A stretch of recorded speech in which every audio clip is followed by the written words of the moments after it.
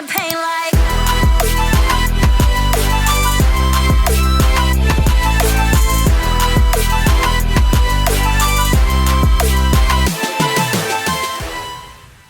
Hey guys, Dear Yoongi here, and welcome back to my channel. Some people may not know this, but there are a lot of marketing techniques that the K-pop industry does very well, and that has partially contributed to its thriving and success. And as somebody who works in marketing, I've always found that super interesting, but that doesn't necessarily mean they are always perfect. So in today's video, we are going to be discussing some of the more poor marketing decisions in K-pop. Before we start, I just want to clarify that although these decisions might not have been made for marketing purposes, they could have had some detrimental effects on the marketing of a company or their groups. So that is what we'll be exploring today. Okay, without further ado, let's get started. The first and one of the most known ideas I'd like to discuss is infrequent comebacks and starving fans of content. There could be a multitude of reasons why labels choose to do this, from financial issues to wanting to promote other groups, or even the idea that a group has gotten to a point where they sell themselves, so frequent comebacks and promotions are not really required. Labels who do this will instead choose to starve fans of content, so they are less fussy about the standard of new releases when they do eventually come out, and are just happy to accept anything they are given. This is something that I definitely think we are no strangers to in K-pop, and it does often feel like we struggle to strike the right balance between frequency of comebacks. You have the labels who overwork their artists by having them come back too frequently, and then you have the polar opposite with labels who seem to space their groups' comebacks out with huge empty periods over perhaps a year or so plus at a time. Neither of these methods are exactly good for the marketing of a K-pop group or artist, but the latter can definitely have more detrimental effects on a group's brand and the public's perception and awareness of them. But from a marketing point of view, infrequent comebacks can lead to a loss of visibility within the media and therefore a loss of interest amongst fans, who may turn their attention towards more regularly active groups or trending artists during their absence. A crucial part of marketing any business is increasing brand awareness and frequent repetition of a message. And although this technique of releasing an album every few years might be fine in the West, the K-pop market is one which moves a lot more quickly, so there will always be somebody else for fans to turn to, and you cannot guarantee that listeners will wait for your artist to return.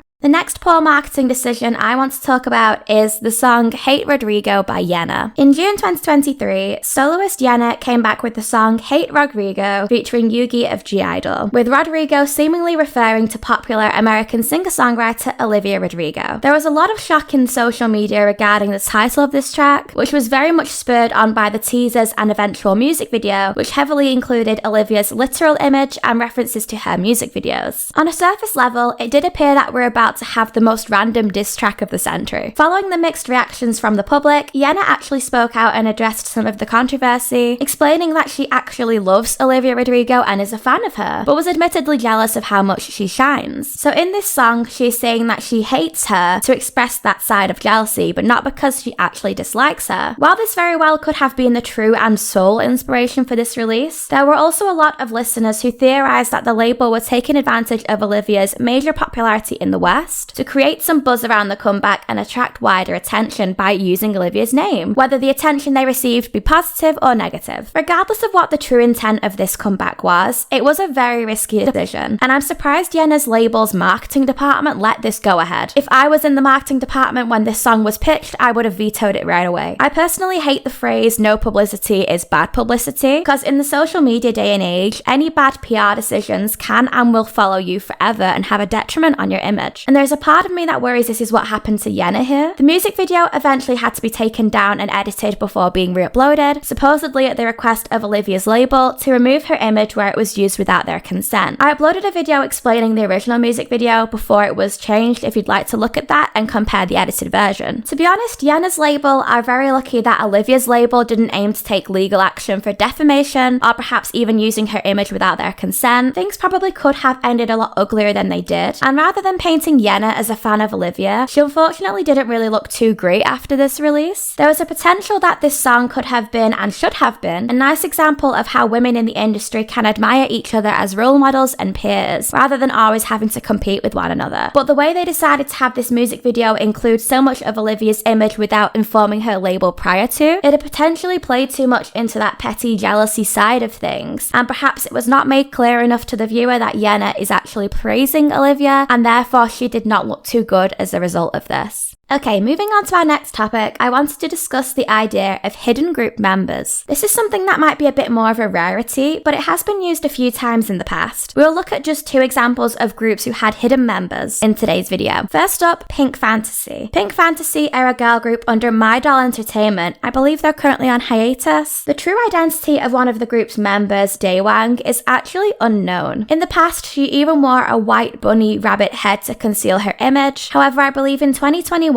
she actually ditched the big head for like a smaller mask, where a part of her face was visible. Apparently, Daewang represents the white rabbit in Alice in Wonderland, leading fans into the group's mysterious world, so there is a lore behind it. There was speculation for quite some time that the reason Daewang was a masked member was due to a decision by the company that she would only be able to unveil her true identity once the group got their first music show win. This has still yet to happen, and fans have since tried to debunk this theory, with claims that Daewang actually suffers from severe anxiety, and the mask helps her with her stage fright, and she is comfortable being promoted as a member in this way. Regardless of whether or not the company did this with ill intentions of trying to give fans their incentive to get that first win faster, or if Daewang really is happy this way and it benefits her with her difficulties, I don't think this concept of the hidden member had the desired effect in the end the company was hoping that it would in this instance. And in a not too dissimilar style, another group who also had a hidden member concept is KARD. KARD are currently a 4-member co-ed group who debuted with a card game concept. Each of the members had a playing card assigned to them with a quote-unquote hidden card. This ended up being a hidden member and the group's label mate and Kara member, Youngji, but she was only going to be active within the group for the first release of the group's KARD project. So it did leave us kind of wondering what would be next and like why they were doing this. I think it's worth noting that KARD's debut was in December 2016, with numerous singles releasing between their December debut and the whole year of 2017. Youngji also made her solo debut in August of 2017. Does this answer our question as to why they might have included Youngji in KARD from a marketing perspective? Perhaps. It made sense for DSP to further play into their card game concept by taking it one step further and having a secret hidden member too, who just so happened to be a member of a big girl group everybody knew and loved, who is going to be making her solo debut the following year. Followers of Kara would want to see what her involvement in KARD is in advance of her solo debut, and fans of new group KARD would want to then check out how far the hidden concept would go and what Youngji would do as well. It was kind of a win-win for everybody involved. But as for the hidden member card concept, it didn't seem to go much further for KARD. From a marketing perspective, the whole hidden member concept is seemingly used to build anticipation around a group. It's this excitement of the unknown and it's intriguing to us as the listener, but it never seems to have been fully actualized or materialized into anything of major note within K-pop, and I personally don't have any examples where I think it's worked very well. An important aspect of groups in the K-pop industry is the ability for fans to be able to get to know the members and either relate to them or, dare I say this word, build a relationship with them. You know what I mean. But when we don't know anything about the members' identities or even, how they look, it can be harder for fans to connect with them, and a more open book approach in the past has always been more successful within K-pop group marketing. Next choice that I personally think had a negative influence on marketing within K-pop is the idea of having more than one series of Queendom or Kingdom. This is one where the positive marketing strategies can be seen interlinking with the more negative ones. I personally think the idea of having Road to Kingdom was great because it was a chance to showcase some maybe smaller groups within the industry who clearly have that ability to climb to the heights of those groups competing on Queendom and Kingdom. But I am personally against the idea of Mnet having Queendom Season 1 and then Queendom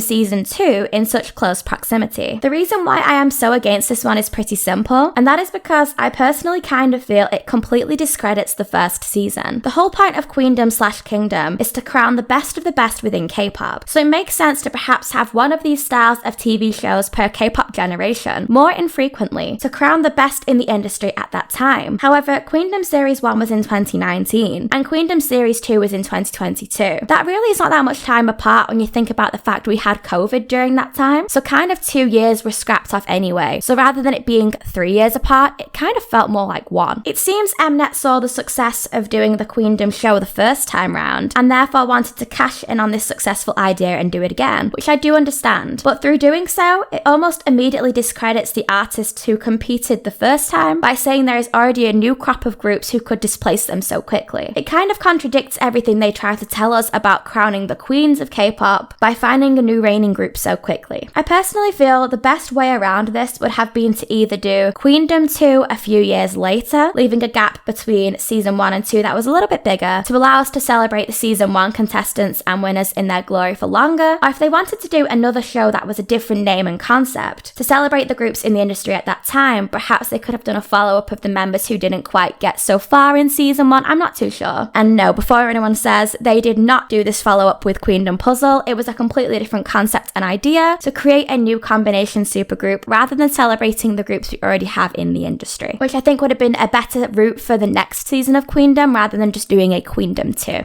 The next marketing decision for us to discuss, I know, is another one we are not strangers to, and that is sudden concept changes. Unfortunately, I feel like these almost never go down well in K-pop. An important part of marketing, perhaps not just in K-pop but in general, is consistency of brand image within the messages you are pushing to your audience. This is how you build a sustainable audience and following who are committed to you, because people tend to only subscribe to something they have multiple pieces of evidence to prove is worthy of their support, if that makes sense. So for example, if you discover a new content creator on YouTube or TikTok, you might be less likely to subscribe or follow them based on just one video. You might want to check out a few of their other videos to see if their regular content is something that you vibe with. And something similar applies in K-pop. If a group releases 3 songs of a similar concept, a fan may choose to start following them because this is a concept they like. But if the group's 4th song is a complete 180 on things they did previously, we can't then blame fans for feeling a little bit blindsided and not really being interested anymore, because this new image isn't the style they originally signed up for. I have spoken about this so many times using groups such as CLC and Weekly as examples. We did a complete concept change after what was seemingly them hitting their stride. Rather than taking this and running and continue with what was working, both of these groups' respective labels pushed the envelope that little bit further and changed their image. And while I am usually a fan of groups exploring their new sounds and doing something creative from a marketer's point of view, this is really not something that is recommended. I run my YouTube channel in the same way, and my audience know how I will approach topics just from knowing how I usually do my videos. If I suddenly turned around in my next video and went down the completely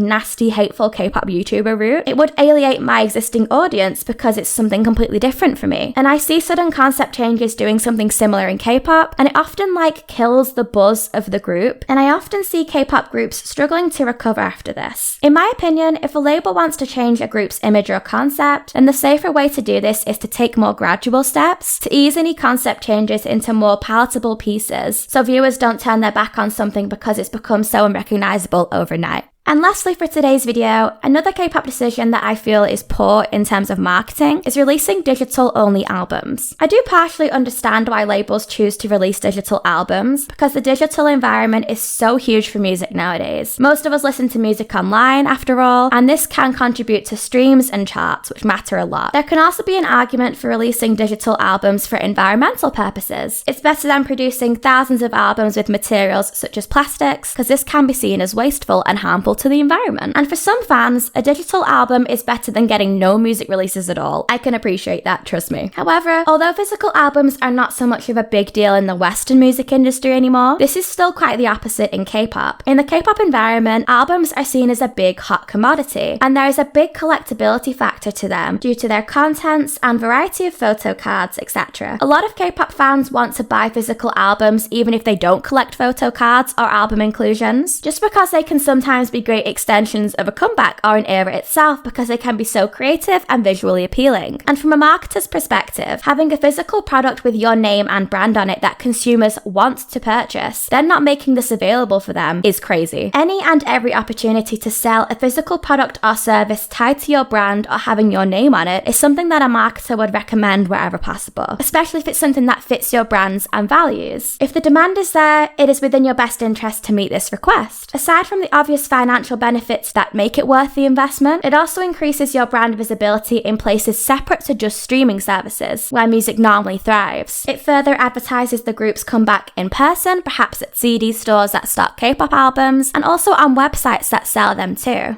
Okay guys, and that was it for today's video. Thank you so much for watching if you got this far. If you enjoyed this video, please give it a thumbs up, and I would love to hear your thoughts in the comments on this topic. If you're new here, please hit that subscribe button down below and turn on the notification bell to be the first to hear whenever I upload, and I will see you next time. Bye guys!